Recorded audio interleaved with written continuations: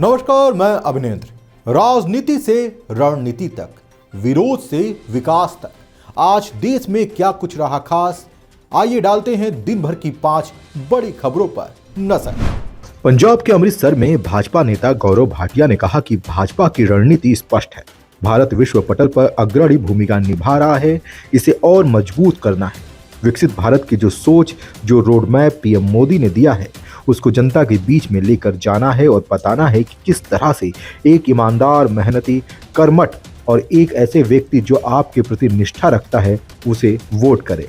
हमें यकीन है कि इस बार पंजाब से वो आवाज गूंजेगी जो पूरे देश तक जाएगी। 13 सीटों पर कमल खिलेगा, भाजपा की जीत होगी। भारत विश्व पटल पर अग्रणी भूमिका निभा रहा है, इसको और मजबूत करना है। विकसित भारत की जो सोच है, जो रोडमैप आदरणीय प्रधानमंत्री श्री नरेंद्र मोदी जी ने जनता के समक्ष रखा है, उसको जनता के बीच में लेके जाना है और उनको बताना है किस तरह से एक ईमानदार, मेहनती, कर्मठ और आपके प्रति जो पूरी निष्ठा रखता है, ऐसे प्रधानमंत्री जी के लिए वोट करिए। और हमें यकीन है कि इस बार पंजाब से वो आवाज गूंजेगी जो पूरे देश तक जाएगी। 13 की 13 लोकसभा सीटें, कमल खिलेगा, भारतीय जनता पार्टी की जीत होगी। रोडमैप ये भी है, यहां की जनता त्रस्त है और मुख्यमंत्री भगवंत मान मस्त है। सूर्यास्त, मुख्यमंत्री मस्त, ऐसा क्यों है? क्या बहनों की अस्मिता आपके लिए प्राथमिकता नहीं है भगवंत मान? यहां युवाओं को नशे की आदत लग गई और आप ड्रग सिंडिकेट के साथ मिले हुए कोई कार्रवाई नहीं कर रहे। आपने वादा किया महिलाओं को 1000 रुपए प्रति माह देंगे, वो वादा पूरा नहीं हुआ, वादा खिलाफी कर दी। तो जनता की आवाज बन के कोई पार्टी अगर उभरी है तो वो पार्टी हमेशा भारतीय जनता पार्टी है। और हमें यकीन है पूरा पंजाबी समुदाय, एक एक व्यक्ति इस बार भारतीय जनता पार्टी के साथ खड़ा होगा, क्योंकि ये कहना गलत नहीं होगा कि मोदी जी के दिल में पंजाब है और पंजाब के दिल में मोदी। मुंबई के शिवाजी पार्क में इंडिया गठबंधन की मेगा रैली पर महाराष्ट्र के मुख्यमंत्री एकनाथ शिंदे ने कहा कि आज का दिन शिव सैनिकों के लिए काला दिन है, क्योंकि शिवाजी पार्क में बाला साहेब ठाकरे जी ने पूरे देश का मार्गदर्शन किया था। उसी पार्क में यह रैली हो रही है और वीर सावरकर के खिलाफ आरोप लगाने वाले इसमें शामिल हो रहे हैं। यह दुर्भाग्यपूर्ण है। आने वाले चुनाव में जनता उन्हें सबक सिखाएगी। कांग्रेस की काफी आइकॉनिक मैदान है, दशहरा मेलाओं के लिए जाना जाता है, मेमोरियल है बाला साहेब ठाकरे का, किस तरह से देखते हैं? आपने कहा कि काला दिन है ये शिवसेना। हाँ, मैं आज का दिन ये शिव सैनिकों के लिए काला दिन है, काला दिवस है, ये ब्लैक संडे है। क्योंकि जो शिवतीर्थ शिवाजी पार्क, ये शिवाजी पार्क से हिंदू हृदय सम्राट बाला साहेब ठाकरे जी ने पूरे देश को मार्गदर्शन किया। इसी ऐतिहासिक मैदान में जिन्होंने स्वतंत्रवीर सावरकर जी के खिलाफ आरोप लगाए, उनके बाजू में बैठकर ये सभा लेने की नौबत आज यहाँ पर आई है। ये दुर्भाग्य है। आज कैसे कहेंगे गर्व से कहो हम हिंदू हैं? ये भी सवाल मैं यहाँ इस बार पूछना चाहता हूँ। और हिंदू हृदय सम्राट कहने के लिए भी लोग अभी डर रहे हैं और इसलिए बाला साहब के विचार को त्याग देना, उनकी विचारधारा को पूरी तरह खत्म करना, सत्ता के लिए, कुर्सी के लिए जिन्होंने की है, आज इस चुनाव में इस महाराष्ट्र की नहीं बल्कि देश की जनता उन्हें बहुत बड़ी सबक सिखाएगी।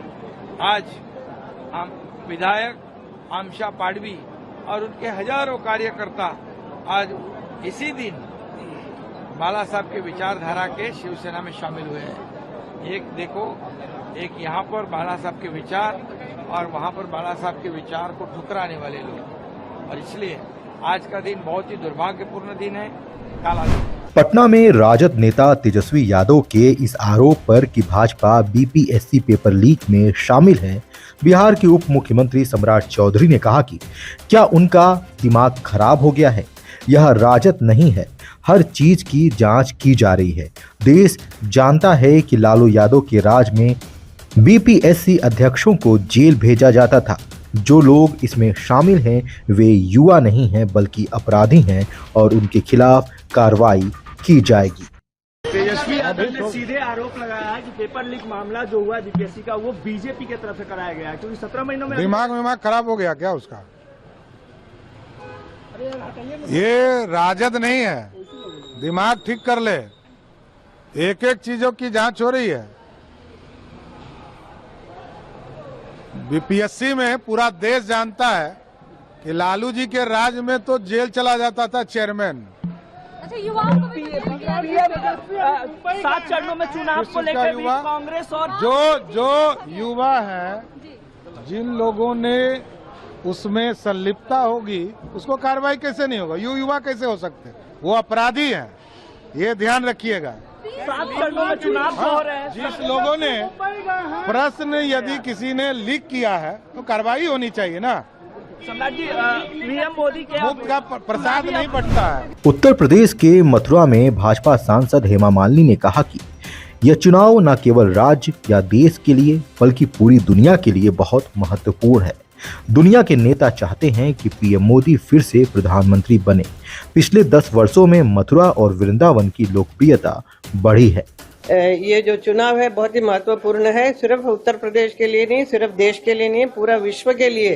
क्योंकि विश्व में भी लोग चाहते हैं, विश्व के जितने भी लीडर्स हैं वो लोग चाहते हैं कि मोदी जी वापस आए, वापस प्रधानमंत्री बने और उनका भी मार्गदर्शन दे पूरा विश्व का। तो विश्व गुरु जो बनने का जो है हम लोगों में दिमाग में है, मोदी जी ने जो कहा है, और क्योंकि उन्होंने इतना भारत को इतना शक्तिशाली बनाया है कि सब लोग देख रहे हैं कि क्या हो रहा है हमारे देश में, जो पहले ऐसा नाम था ही नहीं। तो ऐसा एक करने वाले उनका चुनाव है। तो उसके चुनाव में हम लोग तो एक छोटे एक कमल का फूल हैं।